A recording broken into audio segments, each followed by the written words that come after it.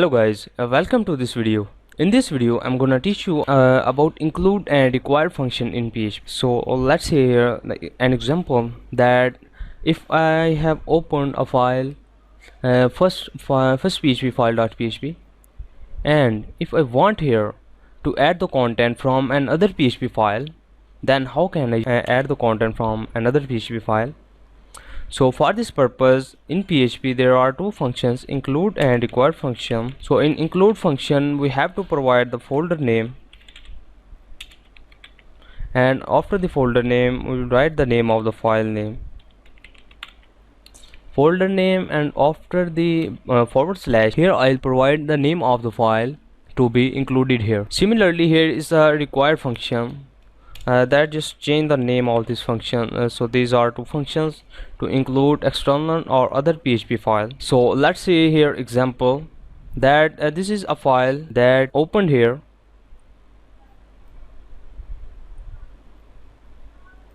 So let's see here exam htdocs in PHP basics. So this is a file here, and here is a file first PHP file.php here.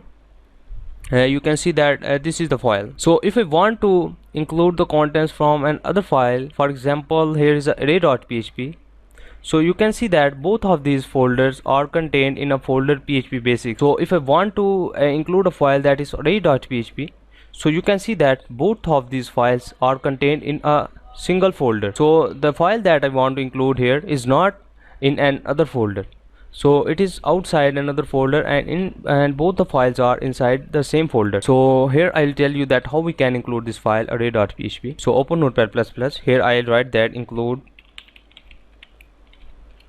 So as the file is not in any folder, so I'll just write here the name of the file, so that is array.php. So using array.php I'll be able to include a file array.php in this file first PHP file.php. Open the file in array.php here. So I'll open a file array.php.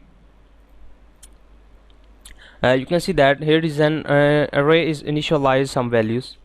So I want to print the values of this array as I have included these files, and this array is initialized in that file.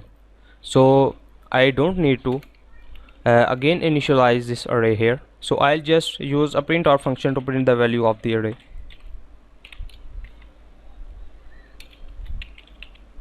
So this is the name of array. Now I'm gonna save the file, open web browser, and open the file first PHP file.php. Here you can see all the values that are contained by the arrays are displayed here. So this is a method that how we can include external file. Now let's see another example here. For example, if I want to access a file that is inside another folder, let's consider here that I'll make here a folder, a new folder. For example, let's say here is a new folder, and I am gonna save the file with let's say functions, and this files contains another file, other PHP file. Let's say I'm going to copy this array file, copy and paste it inside the functions folder. Now you can see that now I'm gonna delete this file from here.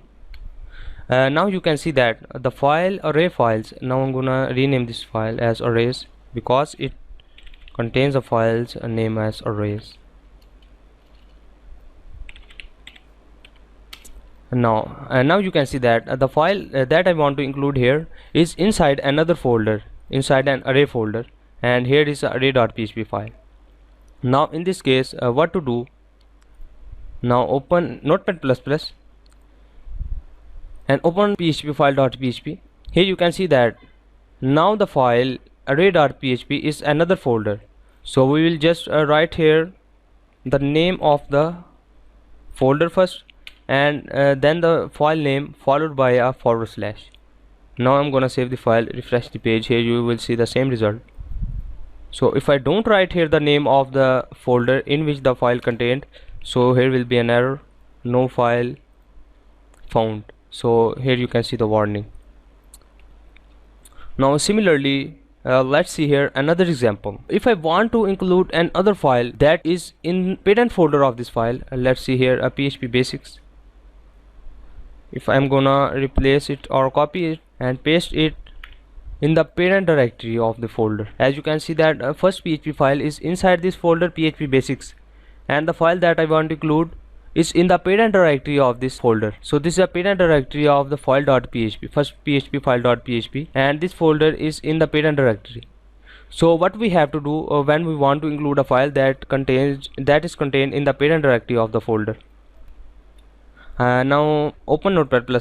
Here I will tell you that if you want to include a file that is in the parent directory of the file, then in include or require statement function, first just enter two dots. So and after two dots enter a / and then the name of the folder and then the name of the file in that folder. So this two dot represents that this folder is contained in the parent directory of the current file. So this is a current file, and this folder is in the parent directory of a file that will be represented by these two dots. Now I'm gonna save the file, refresh the page. Here you can see that the file is accessed in a parent directory using two dots. Similarly, here we can also use required function. Now I'm gonna write here required. You will see the same result. Now I'm gonna save the file, refresh the page, the same result here.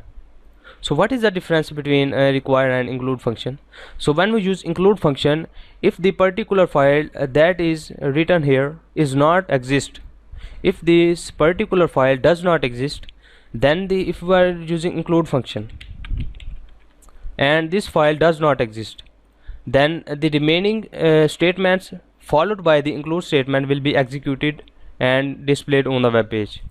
So if we are using a required statement, a required function, and the file does not exist, then the remaining statements that are below the required statement or required function will not be executed. So this is the difference between include and required function. Both include the files, either the files are in the same folder or in the parent folder or any other folder.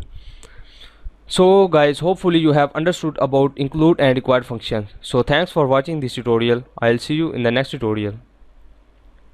Hello guys, welcome to this video. In this video I'm going to discuss Md5 hashing function of PHP. So this Md5 function takes a string as argument. Here is the syntax of this function. It takes a string as arguments and returns a encrypted strings that is encrypted of hexadecimal, consists of hexadecimal number. So the returned encrypted code is a combination of digits from 0 to 9 and alphabets from A to F. So from 0 to 9 and A to F are the characters that are contained in the encrypted data that is returned by the Md5 function. So the length of this encrypted data that is returned by this Md5 function is 32 characters. Now I'm gonna write here echo, and I'll pass here a string. Now I'm gonna save this file, open web browser, refresh the page. Here you can see that this is encrypted data or encrypted string that is returned by this Md5 function. Now Md5 function's property is that, for example, let's say I write here this statement for 5 times. So when a same string will be passed to the Md5 function, it will generate the same result for this password string. Now I'm gonna save the file.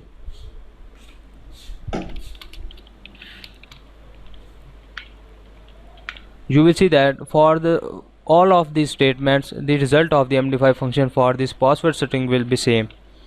Now I'm gonna refresh the page. Here you can see that same result is returned by Md5 function.